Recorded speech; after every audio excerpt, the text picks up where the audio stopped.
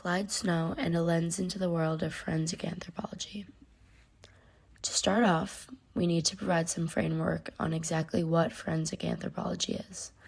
This subfield of biological anthropology focuses on the analysis of the human skeleton in order to gather information on the individual that was deceased. Forensic anthropology is typically used for criminal investigations and to help out law enforcement. This subfield focuses on those who have died within the past 50 years, separating it from our typical idea of anthropology, which seeks to learn more about the history of humans and their ancestors. Forensic anthropologists work closely with buried remains in their bones and try to construct a picture of who and what they were, given the materials that remain of them. Using techniques such as CT scans, X-rays, mitochondrial DNA analysis, chemical analyses, and more, forensic anthropologists can determine sex, age, and ancestry of a deceased individual. With this information, forensic anthropologists are a great help to law enforcement when it comes to crime scenes. While they can help with locating remains and recovering them, these scientists can also analyze the bones to establish biological profiles and interpret possible trauma and injuries.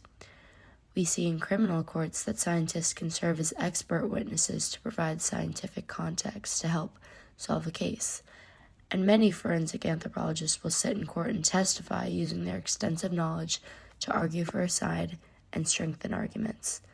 We will be looking at Clyde Snow, a famous forensic anthropologist, and how he used all of these techniques to help out law enforcement. So, Clyde Snow was an American forensic anthropologist who was renowned for his work in the field of human identification and forensic anthropology.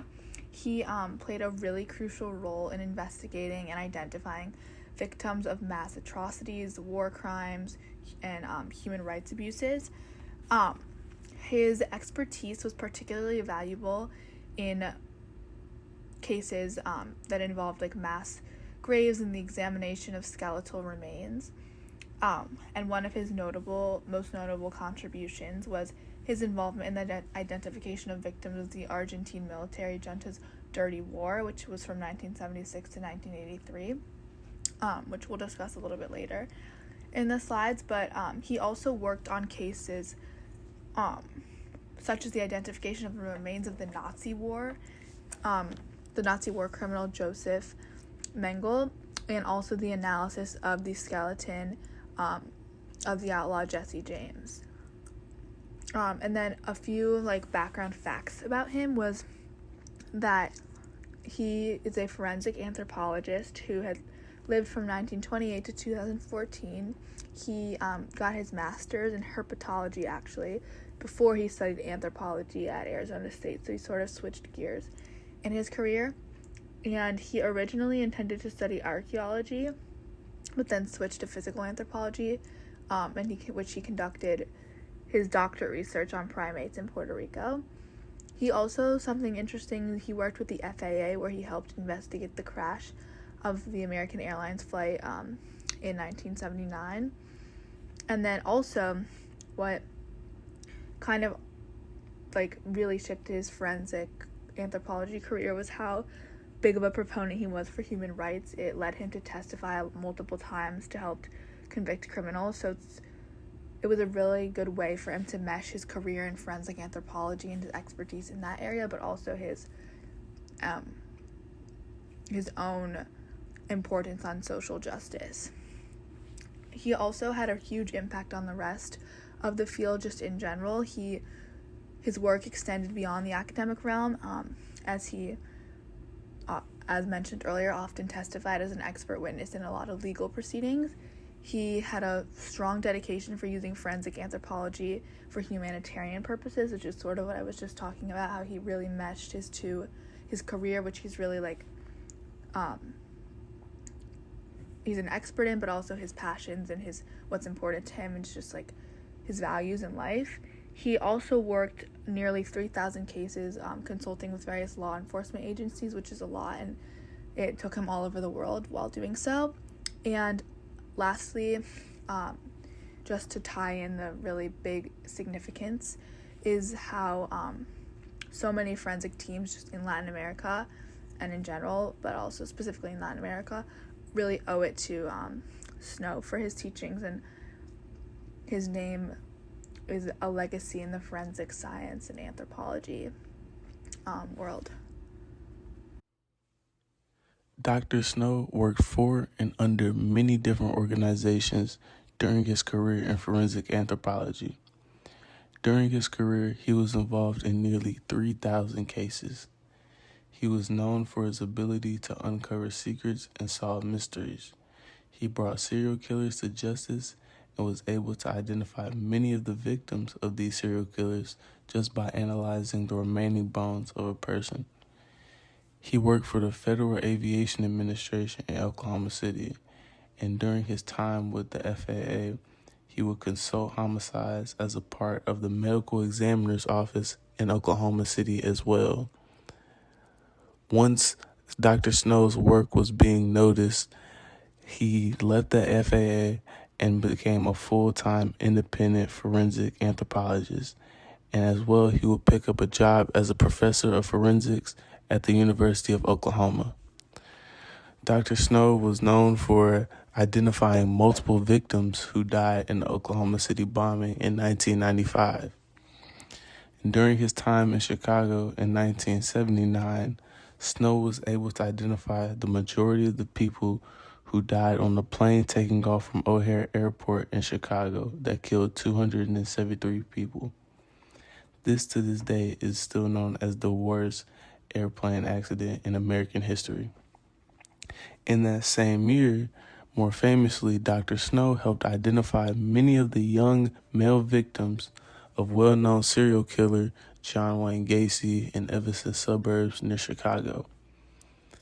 He was also the person who confirmed the autopsy of John F. Kennedy's assassination. Working in many different countries, Snow found himself as the centerpiece of various investigations. He analyzed skeletons and other remains of civilians who fell victim to corrupt governments in El Salvador and Croatia. In 1985, he went to Brazil to confirm the identity of infamous Nazi physician Dr. Josef Mengele, which was the country he fled to after his time in Germany. Clyde Snow was a big proponent of social justice. In 1984, after Argentina's Dirty War, which lasted from 1976 to 1983, Snow documented the junta's crimes. A junta is a military or political group that rules after taking over a country using force. Leading a team of Argentinian university students, Snow excavated hundreds of graves of the disappeared, which were people who were secretly abducted, tortured, and killed by the military. The evidence Snow and his team gathered was used to convict 6 of the 9 former junta leaders in 1985. Snow not only trained students in Argentina, but also the Philippines, El Salvador, Bosnia, Bolivia, Iraq, Guatemala, and Peru. These students have gone on to exhume hundreds of mass graves in Latin America that were the result of political turmoil. In 1992, Snow worked with a forensic anthropologist named Robert Kirshny to investigate government-sanctioned torture and mass murder in former Yugoslavia. The Yugoslav Wars were a series of separate but related ethnic conflicts, wars of independence, and insurgencies. Over 150 mass graves have been identified in the country, with some graves having as many as 3,000 bodies. Snow and Kirshny worked to exhume a mass grave near the town of Vukovar in Croatia. Over 200 individuals were kidnapped from a nearby hospital, abused, killed, and then buried in the mass grave. Since individuals were abducted from a medical compound, the hospital's legal neutrality was violated, making the crime a violation of the Geneva Conventions and international humanitarian law. Snow and Kirshny exhumed 2 more mass graves in December of 1992. Based on the evidence gathered, the UN formed a war crimes tribunal to try the officers associated with these atrocities. To honor Snow, the Humanitarian and Human Rights Resource Center of the American Academy of Forensic Sciences created the Clyde Snow Award to recognize the application of forensic sciences to global human rights investigations. The award was first given out in 1998 to Clyde Snow and is considered one of the highest honors in the field of forensic anthropology. The Center for Social Justice at the University of Oklahoma also established the Clyde Snow Social Justice Award, since Snow was considered a prominent Oklahoman because he worked for the Federal Aviation Administration in Oklahoma City and was a consultant for the University of Oklahoma. The Clyde Snow Social Justice Award is given out every 2 years, and the recipient receives $5,000 and a sculpture designed by Harvey Pratt. Snow was the first recipient of the award in 2012, 2 years before he died.